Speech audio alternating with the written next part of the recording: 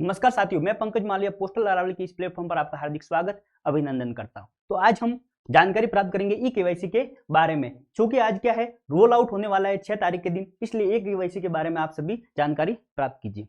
अब सबसे पहले क्या है कि जो ई केवाईसी के जो ऑर्डर है वो डाक भवन नई दिल्ली से 1 तारीख के दिन ही जारी हो गए थे।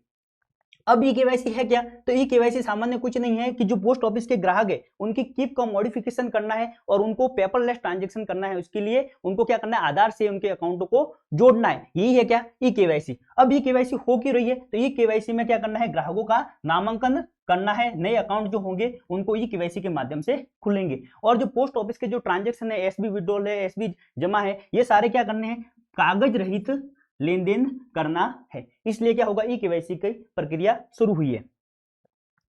अब ई केवाईसी के जो दो फेज चलेंगे, 2 फेज में ये प्रक्रिया पूरी होगी। जो पहला फेज है उसमें क्या होगा कि उसमें जो पीओएसबी के अकाउंट है, जो सेविंग अकाउंट है, उनको क्या किया जाएगा, ई केवाईसी के माध्यम से जोड़ा जाएगा। अब ये जो सुविधा है वो कहां प्राप्त होगी, यह विभागीय जो काउंटर है वहां पर यह सुविधा प्राप्त होगी। और ध्यान रखना कि जो पहला फेज है उसमें सिर्फ एक जो सिंगल अकाउंट है, जो सिंगल अकाउंट है, उनको ही क्या किया जाता है, उनकी ई केवाईसी की जाएगी और बायोमेट्रिक के माध्यम से क्या किया जाएगा, उसको अपडेट किया जाएगा। जॉइंट अकाउंट उनके लिए सुविधा नहीं है और यह पहले फेज में सिर्फ सेविंग अकाउंट है उनके लिए ही है।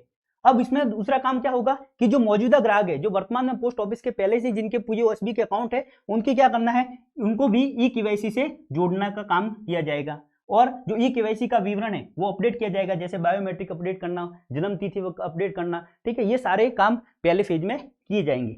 अब जो दूसरा फेज इसका स्टार्ट होगा 2-3 महीने बाद, दूसरा जो फेज स्टार्ट होगा उसमें क्या किया जाएगा, जो अन्य पोस्ट ऑफिस की स्कीम है, जैसे कि आरडी है, टीडी है, एमएसएससी आदि, इन सभी खातों को खोलना, उनको खोलना, बंद करना और उनमें लेन देन करना, ये भी केवाईसी के माध्यम से किए जाने की प्रक्रिया होगी।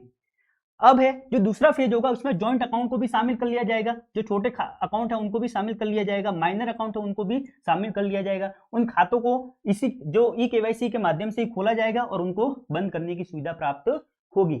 बाद में दर्पण में मेल आईडी, मोबाइल नंबर, जन्म तिथि, बैंकिंग और ये सारी सुविधा भी इस दर्पण के माध्यम से अपडेट की जाने की सुविधा प्राप्त होगी। और इसमें जो एकल अकाउंट है, जो सिंगल एसबी अकाउंट है, उसको बंद करना भी इसमें शामिल होगा। तो ये तो है ई केवाईसी के दोनों फेज।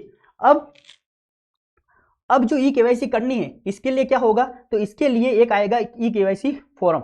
इस प्रकार का ई केवाईसी फॉर्म आएगा। इस ई केवाईसी फॉर्म को भरकर आपको एसपीएम या काउंटर पर देना होगा और बायोमेट्रिक के माध्यम से आपकी ई केवाईसी अपडेट होगी।